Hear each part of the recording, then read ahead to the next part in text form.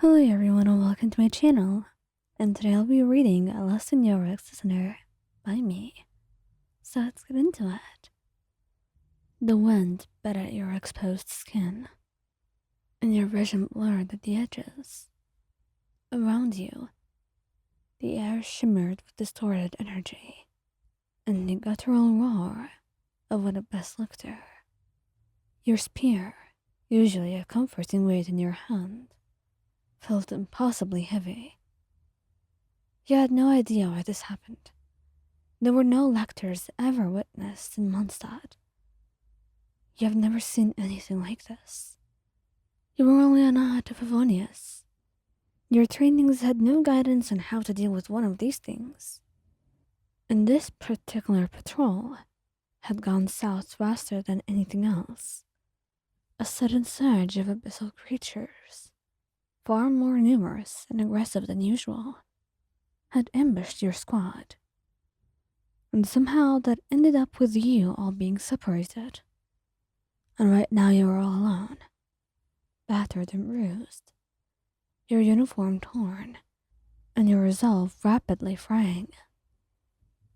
The Abyss Lictor was ready to deliver the final blow, and you instinctively raised your spear, a futile gesture against such power. And then there was a flash of crimson. It wasn't a warning, not a build-up, no. It was instantaneous. A whirlwind of ice and fire erupted, so sudden and violent that the air itself seemed to scream. The Hydroelector, mid-attack, was encased in a shell of ice.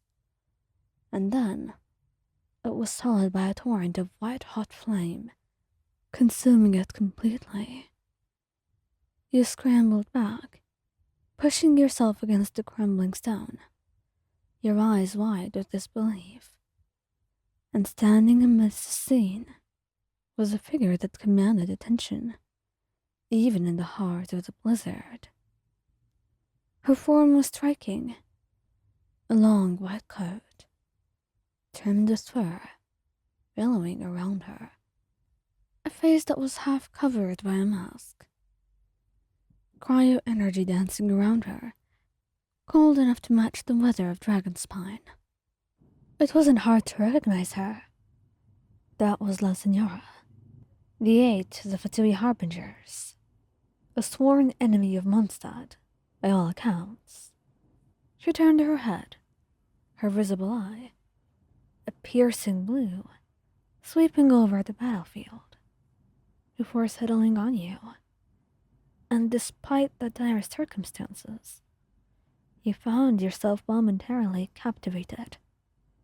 There was an undeniable magnetism to her, a cold beauty that held you transfixed.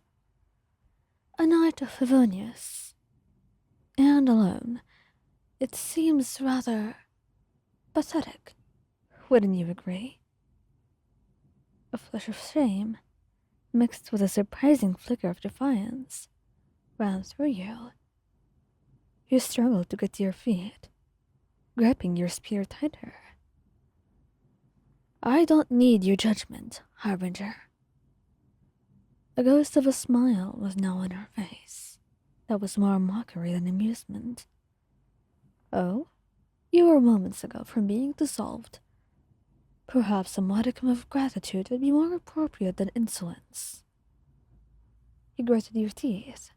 She had a point. She did save your life.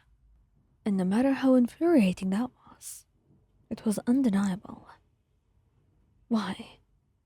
Why help me? She took a step closer, her gaze unwavering. The snow around her seemed to melt. Let us say I found the scene rather unpalatable. Such a messy end for a pristine specimen. And I suppose I have a soft spot for the knights. Her eyes lingered on you, with no appraising look that made the hairs on your arms stand on end. It was not threatening, but there was interest in her eyes. Besides, it would be a shame to let such a good night go to waste. I do appreciate your effort, no matter how useless it was. You stared at her, utterly bewildered, not sure whether to be offended or interested. She was dangerous, a known antagonist to your city, and yet she had just saved your life. The Abyss is acting unusually. You managed, trying to steer the conversation away from your state and what she thought about you. You did not want to think about it further. The monsters were far more aggressive than usual as well. You continued, and her expression grew serious, the fleeting amusement vanishing. Indeed, their movements are uncoordinated, yet forceful. Something or someone is stirring them. Perhaps a new play on the grand stage is about to begin. She turned back to you, her piercing gaze once again fixed on your face. You're injured. It wasn't a question. And before you could protest, she took another step, her gloved hand reaching out, and you instinctively flinched. Instead, her fingers, surprisingly delicate, touched your bruised ribs. A faint chill spread through you, but it was not painful. In fact, it was soothing. The sharp ache in your side began to recede, replaced by a dull throb. It's a simple cryo application. It will dull the pain and slow the swelling. Do not mistake it for kindness, however. You blinked, glaring at her. Well, if it were anyone but you, I would consider it a kindness. She chuckled. You are in no condition to return to Mondstadt alone. So if you want, you could join me.